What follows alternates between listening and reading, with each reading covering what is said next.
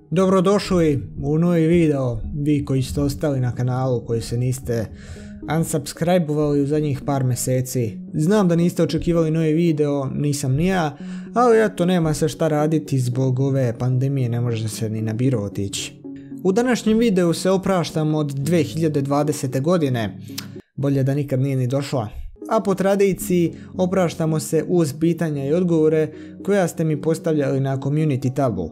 I dok sam ove godine očekivao da ćete mi postavljati pitanja, ne znam, veruješ u Drekavca, šta misliš o Vučićevoj pobjedi na izborima, umjesto toga vi ste mi postavljali pitanja o animeima, tako da izgleda da iduće godine postajem anime youtuber. Stvarno sam prekrasno vrijeme našao da snimam ovaj video. Jest da je jedan popodne, ali evo, mračno je, ništa se ne vidi, soba je mračna, nemam rasvetu, pada kiša, svakih 2 sekunde prolazi auto, a čuje se ko da prolazi mlazni avion, tako da... Da li ima da radiš još klipova o nekim čudnim i bizarnim stvorenjima ili meet s kim bićima? Online časovi ne piše se meet s kim, nego meet s kim. Eto, da ne bude da nisam više edukativan youtuber, a da samo spominjem dramatubere i kako sam propao. Biće takvih klipova, pošto iskreno to mi se i snima više nego pre, pa tako da će vjerovatno i biti više takvih klipova, ali sve zavisi koliko bude koliko bude lajkova na tim klipovima, jel? Šta predlažeš da upišem u srednju?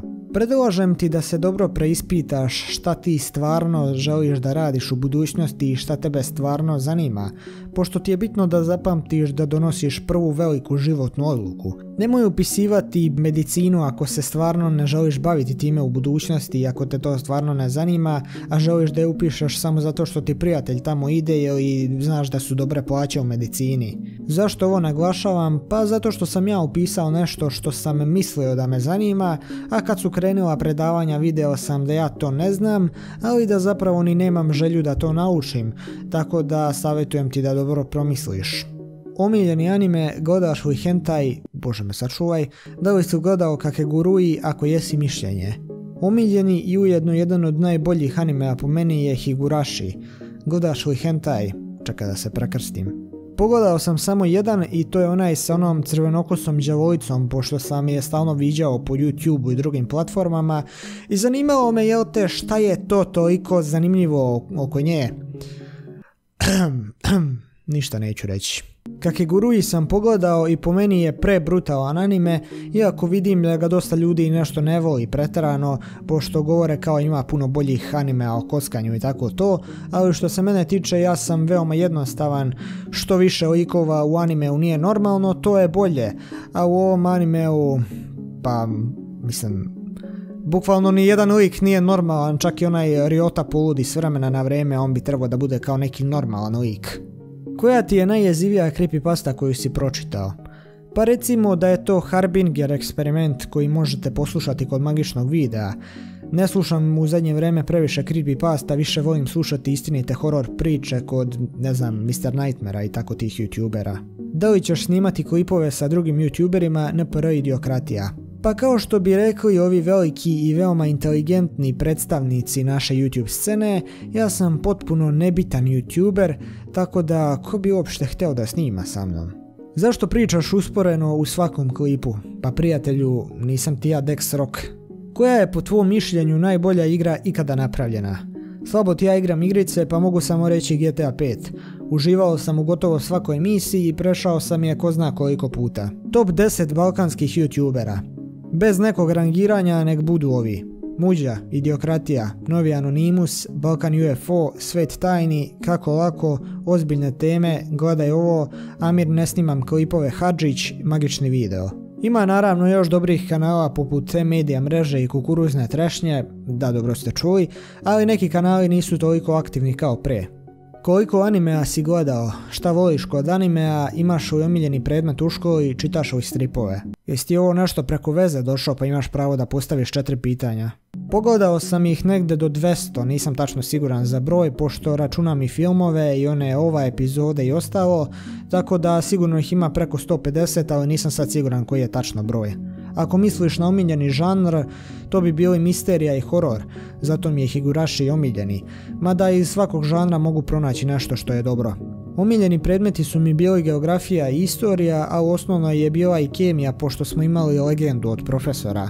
Od stripova sam pročitao samo Avatara pošto me zanimalo kako se priča nastavlja i nisam još sve pročitao, tako da imam još da čitam. 3 omiljena animea: Higurashi, To Love Ru, One Punch Man. I nemojte mi zameriti za To Love Ru, to mi je ultimativni guilty pleasure. Ne kažem da je dobar, ali mi je drag, iako mi je drag većinski zbog prve sezone. Da li može video o Kadborosaurusu? Možda i bude, iako i nije neka pretjerana misterija i ovako ju je objasniti, ali respekt za tebe što uopšte znaš za ovo stvorenje. Da li si ikada imao paralizu sna i da li si proživeo paranormalnu aktivnost? Nažalost, nisam ni jedno ni drugo. Zašto nažalost? Pa kao što sam rekao u jednom od klipova, da mi se tako nešto desilo, život bi mi bio zanimljiviji. Bukvalno da mi se javi neka televizija i kaže mi: halo kretenu propali, hoćeš da budeš voditelj emisije gdje istražujemo neka mesta, pa ujedno i ukleta mesta. Ne bi morao puno da se premišljam, samo bi tražio da imam neko obezbeđenje u slučaju da naiđemo na neke narkomane na tim ukletim mestima. Čisto da vam sad objasnim nešto ako već niste shvatili. Ne, naši youtuberi ne istražuju nikakva ukleta mesta, već samo nađu neku napuštenu kuću i proglase je ukletom. Koji ti je omiljeni lik iz Ninja Kornjača? Bishop. Planiraš li snimati neki anime content kao unboxing Yu-Gi-Oh karata i da li pratiš neke domaće ili strane anime youtubere? To mi stalno tražite, ali jednostavno ne mogu. Te karte su skupe, ja od njih nemam baš neke koristi, a i prvobitno sam ih kupovao iz zancije čisto za svoju dušu, pa sam onda odlučio da bi mogao usput i snimiti video. Stranci imaju bolju zaradu, pa im se isplati stalno uzimati te karte.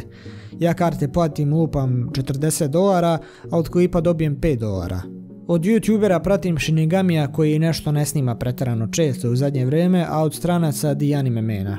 Da li imaš u vidu snimati video igre? Nemam ti ja dobar kompjuter ni za gaming ni za streaming, a i onako se domaća scena već zasitila youtubera koji se bave gamingom, zato je teško i uspjeti sa gamingom ako već nemaš neki veliki kanal, ali ja nemam u planu da menjam sadržaj, tako da donirajte mi za nove delove za kompjuter pa možda otvorim gaming kanal. Da li će demonetizacija promijeniti odnos snaga u svijetu i šta nas čeka nakon demonetizacije? Ne znam na šta tačno misliš s ovim snagama u svijetu, ali ja budućnost vidim ovako. Sad su Kobiva napravili tu neku vakcinu, pa će prvo vakcinisati starije osobe i sačekati malo da vide da li je to sve sigurno, iako pravilna testiranja lekova se obavljaju godinama, ali dobro, ajde. Nakon toga će vakcinacija biti dostupna svuda u svijetu kako bi se suzbila pandemija aka demonetizacija i kako bi se sve to smirilo. Međutim, kada to bude dostupno, onda ovi genijalci što su se tukli za WC papir neće hteti da se vakcinišu. Međutim, šta će ti onda biti? Onda će se uvesti da se moraš vakcinisati hteo ti ne hteo. Neće ti čoveče dati na biro da se prijaviš ako nisi vakcinisan. Doslovno napravit će bazu ljudi koji se nisu vakcinisali i onda će ih uskratiti za neke stvari sve dok se ne vakcinišu. Ali dobro, sad zašto i kako nećemo praviti nove teorije zavre i nećemo previše baksuzirati oko iduće i narednih godina, tako da sačekajmo i vidimo. Čestitam ako ste ostali do kraja videa, to znači da imate stvarno dosta slobodnog vremena i da nemate šta pametnije da radite, tako da želim vam svu sreću u narednoj 2021. godini. Treba će vam, ako mi se bude dao, verovatno će klipovi krenuti ponovo redovno da izlaze sad idući mjesec, znači u januaru. Tako da vidimo se 2021. i nadajmo se da će biti bolja nego ova godina. Doviđenja.